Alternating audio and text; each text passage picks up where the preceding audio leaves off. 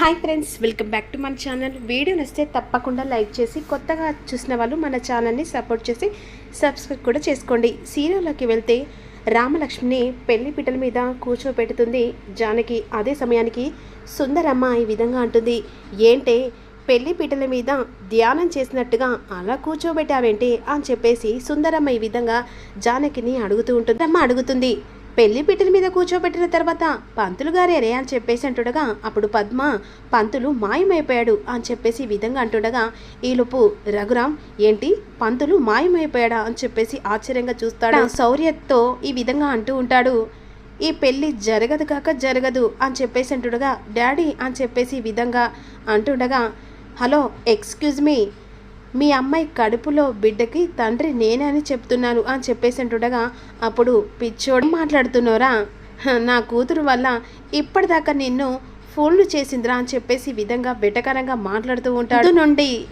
నువ్వన్నా నీ ప్రేయసి రామలక్ష్మణ ద్వేషం పగ, ఆ పగతోనే ఈ నాటకం ఆడిందిరా నా కూతురు. కడుపు లేదు కాకరకాయ లేదు, అందుకేనా కడుపున్నట్టుగా యాక్టింగ్ చేసి నా బిడ్డ నిన్ను వాళ్ళలో వేసుకుందని చెప్పేసి శౌర్య ఎక్కువ